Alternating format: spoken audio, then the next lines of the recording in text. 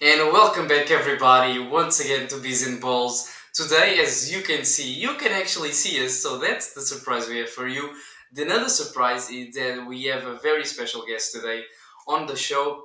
His name is Ivan. He's got a web designing agency, and we are here today to interview him.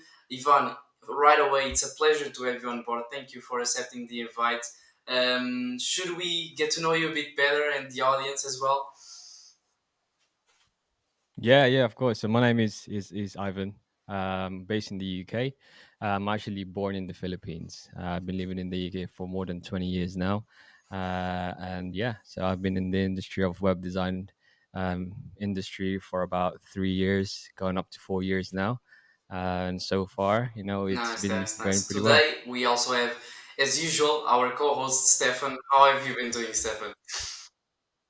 I've been doing good. Yes, I'm really excited to talk to Ivan about his web designing agency and his experience and what he has to share about starting an agency and all those stuff. So I hope it's gonna be an interesting conversation, and I hope you guys will Yeah, enjoy it as absolutely. well. So let's get Yeah, I on. think it's gonna be bring a lot of value to our listeners. I think Ivan has a lot to share with us, and today I think we're gonna get right into it. Ivan, as the audience may know or not know, you have a web designing agency. Can you tell us for how long have you had this agency? Well, it's been 3 years now, so it's gonna come up to 4 years this Yeah. October. And yes, so it's quite Yeah, it's it's quite been a quite a journey. 3 years. How do Yeah. you say, Yeah. it was at the start of it? Because I think, for a lot of us, also inside Digital Launchpad, it's kind of hard to know, to see the project coming true. All right, you have the idea of building the agency, but then all the aspects come in and you think, wow, this takes a lot of work. But for you, you pull it off. Amazing. 3 years up and running and a lot of success. Yeah, I mean, from the beginning of our of our journey, I wouldn't say Yeah, it's easy. Um, yeah, it's very hard. You know, the agency wasn't earning any money for the first year, nothing. yeah, Like we're talking about nothing. So and then fast forward to 3 years now, we're in a situation where we're comfortable, but obviously yeah, we want more out of it because now all those hard work of, bro, I'm lying if I tell you I yeah, didn't cry yeah, throughout that throughout that journey, you know, trying to work for something that you're so passionate about and not having that money coming yeah, into your account, bro. It was hard. It was hard. I can still remember that day when, it was because it's not just okay, me, it's my wife running the business with me. So throughout that journey, bro, it was the hardest time of our lives. We are still working on a 9 to 5 basis, but we're not enjoying our yeah, jobs anymore back then. So that's why it was very, very stressful in the beginning. Whereas now we're no longer in a 9 to 5 job. This is more of like a 24 hours yeah, job yeah. now. I mean, that's a step up. I think that's Yeah. upgrade. Um, you said Yeah. you were working with your wife. How do you think it's important to have when starting a business?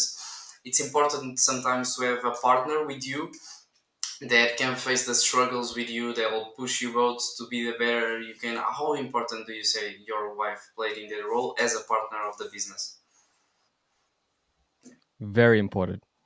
you know it's kind of like if you can't deal with the problems with yourself, you need a very, very strong person to help you with those problems, right?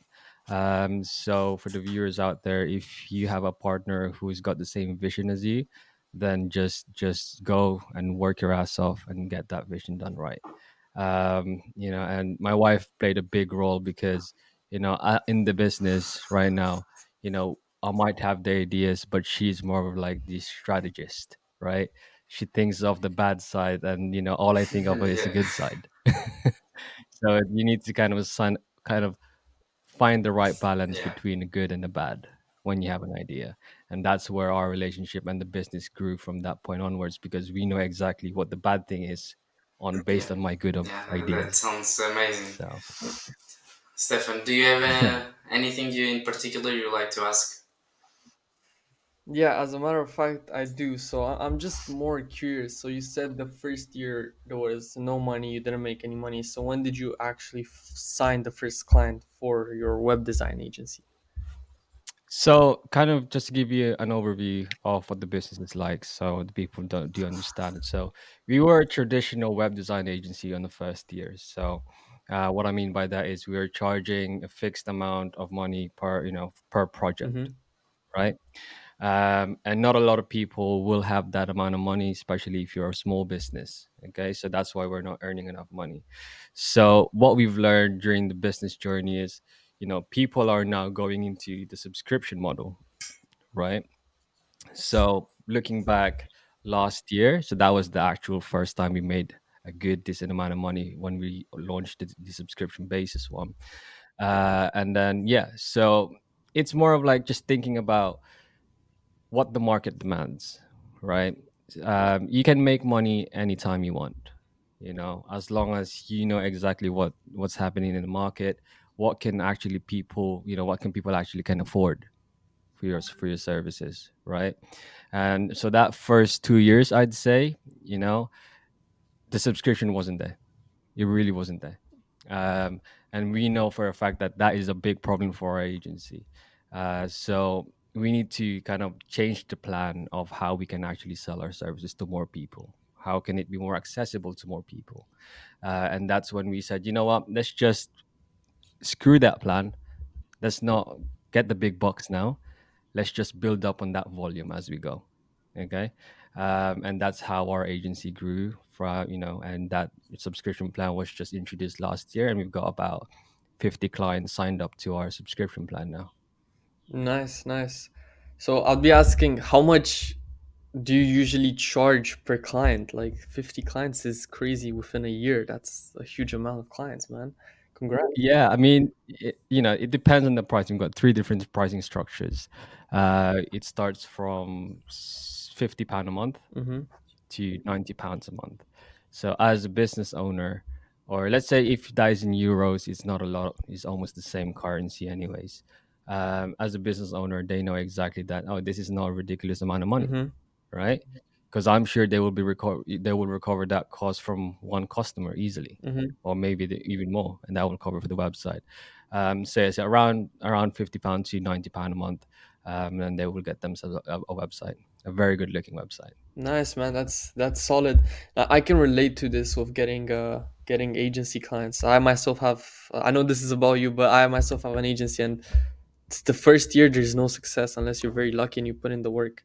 But after you start signing, like for example, for me, only with the beginning of 2024 is when I started making a little bit of money, and only now I started to sign contracts with people from Dubai, from Romania, because I'm based in Romania, and I start making money like that. So it really does take time. So for the people listening, just put in the work, do the outreach, and be patient. It's a Exactly, business game. exactly, exactly. There's no way you can generate money without doing outreach. Exactly, That's a fact. Yeah, especially a lot in of the people. agency model, especially indeed. Yeah, exactly. Especially in the agency model. If you're scared of doing cold calling, I used to be shit on cold calling. I hate that. I really did hate that job. But if it's making you feel uncomfortable, you have to be comfortable, Mm-hmm. right? Because especially if you feel like, oh, I'm doing such a bad thing, it's part of the Yeah, journey, Mm-hmm. right? Especially if you think that you're doing really bad on one thing, bro, just keep doing at it. You can't be perfect from the yeah, beginning, Obviously, right? yeah. You can't. A lot of people are asking me the same questions, like, how do you run an agency? Like, and I always say to them, look, if you have a vision in your head, yeah, just fucking do it, right? It's only you that is, stopping you from doing things that you want to do. Mm-hmm. Nobody yeah, else, Exactly. right? If someone will, then obviously, if you do have the drive in you that you wanted to achieve something, just fucking do it. There should be no excuses, absolutely. right? Mm-hmm. And this is, like I said, we were working 9 to 5 before, and we hated that. And then we said to ourselves, me and my wife said to ourselves, I just want to be flexible. I don't care if we have to work 24 hours a day, but the thing is, we can call it our own, Mm-hmm. right? And we can be proud of it. Whereas on a 9 to 5 job, here's the logic behind a 9 to 5 job: you're working for someone else, you're making them rich, Mm-hmm. not yourself. Yeah. If you're working for yourself, 24 hours a day, let's say, for example, but at least the money that you're generating is from the amount of hard work that you actually put into it. So, as an entrepreneur, you need to put a lot of hours in order for you to reach five figures a month, right? So just put the work in. That's the main thing. Just be consistent on that work. If you lost consistency, just try again. Just keep trying. All right, find the motivation somewhere, and and the fact that we're on digital launchpad as well, that that is a massive Yeah. help, Mm-hmm. right? Because you need to surround yourself with like-minded people. Okay, and I used to be on a circle of friends where there's no motivation. All they do is drinking, smoking. There's you're not gonna go anywhere. Um, Whereas now I feel like I only need three friends. I don't need 10. I don't Mm-hmm. need 20. I only need three who's got the same Yeah. mindset as me, right? And that's how you push each other.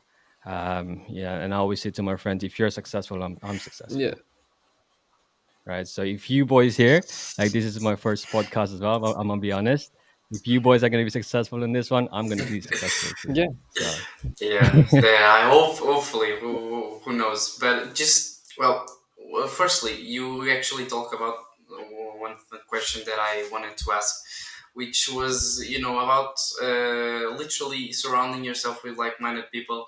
Um, you said you've also joined Digital Launchpad. How big you think was joining Digital Launchpad, and being surrounded by like people with so much knowledge, so much value to you? Do you think it also contributed to the development of the web designing agency as well?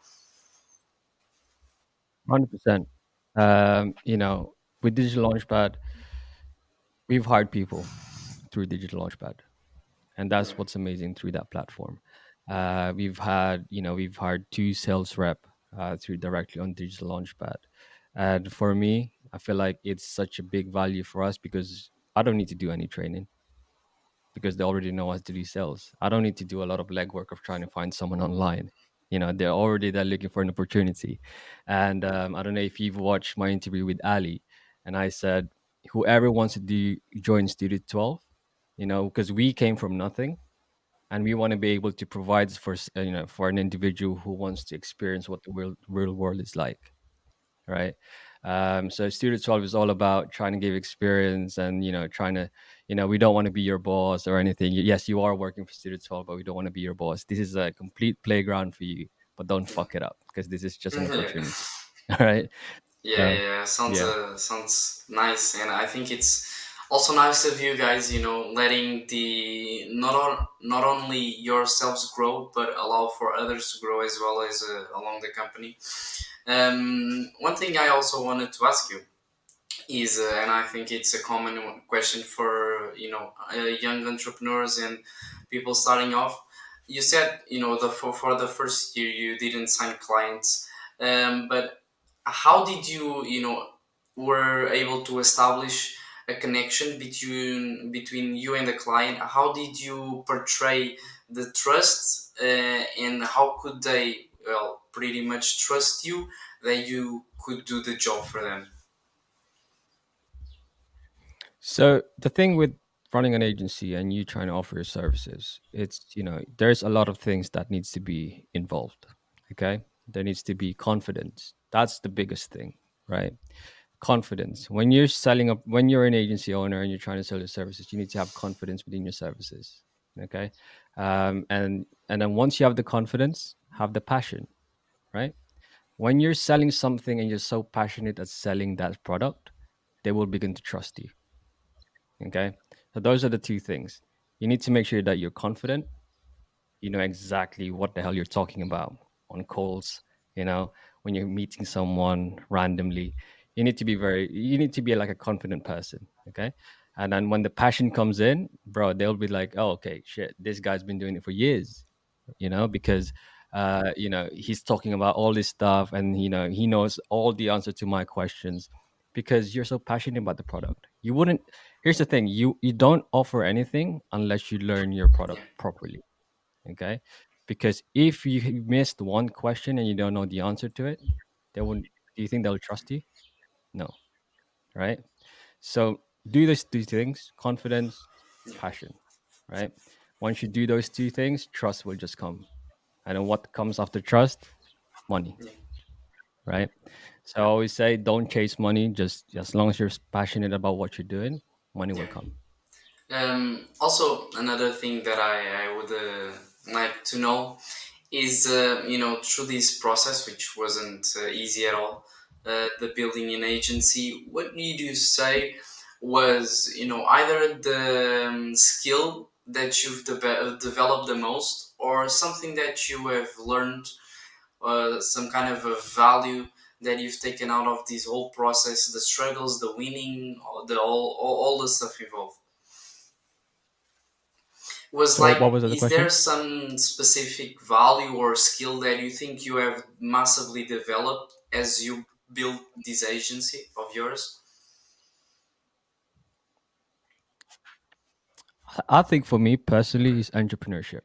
It's a skill, and it's not just about running the business. When you're an entrepreneur, entrepreneurship for me is being able to share my experiences to young people who want to do business. Okay, and I think that's one of the biggest, because I'm already on the sales industry for about 7 years. And I've been selling a lot of stuff throughout those years. I've been a customer service as well, so I don't know how to take care of customers. And so I wouldn't say those are the things that I've learned throughout my entrepreneurship, but um, my biggest skill that I've really learned is being able to actually provide to other people who want to be in business. Okay, and I wouldn't say I'm very good at it, but the experience will speak for itself. And I wouldn't say I'm very well experienced, but I literally came from nothing, and that's one thing that I'm proud to share. And I think that is a skill that Yeah, I've learned. sounds quite the journey. Stefan, I don't know if you have any other questions or I do have one more okay. technical question because a lot of people, they're starting out listening out to this podcast about people that are scaling agencies, and they're probably wondering a lot about outreach. So, what were some methods of outreach that you utilized? Like, I heard you did cold calling. You mentioned it. Were there any other methods that you used? I mean, it depends on the services, Correct. Yeah. right? You know, because for us, we are doing B2B, so cold calling is mainly the main core of outreach for us. But if you're offering some of like somewhere just like a digital project, then Instagram outreach is a good one. I have recommended this to people as well. Just record yourself a Loom, Mhm. and then set it as a DM instead of you spamming DMs with messages. Do you really think that they will read? Just send them a Loom, or just send them an actual video recording of you talking about it, because it's more attractive that way. Because for me, that's the reason why we do cold calling, is because you already put your foot on the door, and it's the same thing for Instagram DM when you're doing videos. And it's a lot better in that way because it will be much more interactive, and you don't want to read things, you want to hear things, right? Because when you're reading things when it's, let's say, it's an email or an Instagram DM, or you don't hear the passion or the you know the way the person sound, right? If that person will be confident or not. So if you're really such a confident person, if you're so passionate about the product, just send them a video, right? Because it's more likely that they will like you, because they can see your face talking about the services that you wanted to offer, right? Because nobody these days will give you a big amount of money if there's no trust that's being built. So why don't you build that trust from the beginning, Yeah. right? So do that. Okay. So if you're a person who's doing B2B, cold call. I don't care how much cold call you do in a day. I probably will do 500 cold calling in a day, and I can get one, right? Just one. But that's fine. It's part of it's part of the progress, right? It's the same thing for any outreach, right? If you don't generate anything when you're doing hundreds and hundreds of outreach, it's fine. It's all part of the process. Yeah, that makes sense. Yeah. Yeah, thank you for your answer though. I think this really tells people more about outreach. For example, I've tried everything and I've kind of signed the client from almost everything, to be honest. Yeah, So cold calling is good because you're directly speaking to the business owner sometimes, depending who you reach out to. And it's voice to voice. It's not necessarily if you see their face and everything, but it kind of establishes a bit of a link between the you two. yeah, So you also get a yes or no directly. So it's not, exactly. there's no maybe.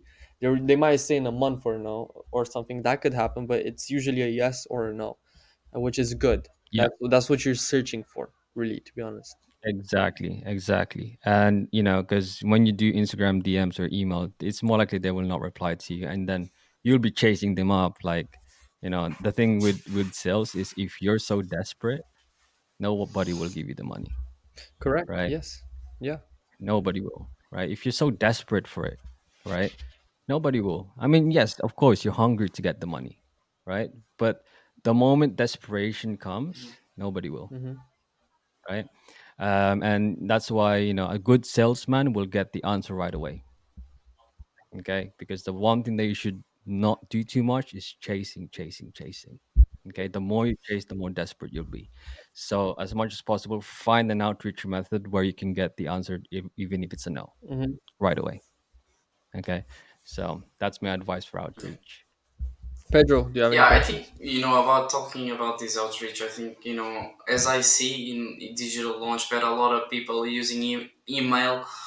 And when I was actually working for a company, I was also doing emails. And at a point, I realized: is this really effective? Is this really going to do anything? Because if you actually think about it, an email, a person may not even respond to you. They can just ignore it. And as you mentioned, I think cold calling is very effective because not only you get the straight answer, even if it's a yes or no, but you also get to be yourself, get to put your voice out there and make people listen. But yeah, I think that's a very big advice. A lot of value coming from this interview. So thank you. From that, I don't No, honestly. I think we've had so much value coming of this. I think Stefan. I don't know if you have any other questions. I Not don't. I really, think no. No. personally, as the interview went by, I think you also answered any other questions that we might have had. So I think from our side, a big Yeah. thank you, Ivan. It was an absolute pleasure to have you on board. Hopefully, in the future, we'll have you again because you're an amazing guy, and I think you have a lot of thank you. contributing to not only the podcast but to this community of DL as well. So yeah, massive thank you. I don't know if you want to say just goodbye to the crowd or anything.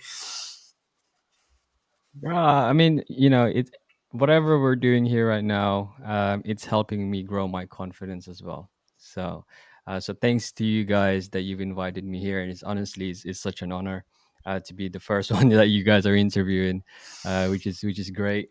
But for you guys, whatever you're doing now, you guys are doing great.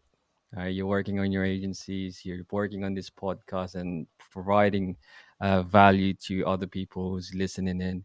And sky is the limit from this point onwards. So just keep doing what you're doing, guys. Honestly, and just stay consistent. And it's all about the mindset. All right. So that's my advice to you boys, and obviously for the viewers as well or the listeners.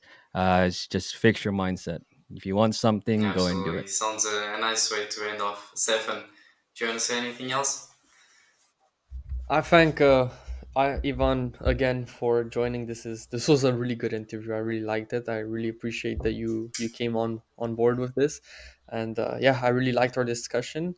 And yeah, I hope to have you in the future on board this podcast again, in the near Of future, course. hopefully. So yeah, without further ado, I don't really have anything else to say. Yeah. Pedro, if you want to end the Yeah, podcast, once please. again, thanks to Ivan. We wish you the best of luck to your agency. And to you guys, once again, thank you for listening to us. We'll see you in the next episode. But until then, stay safe.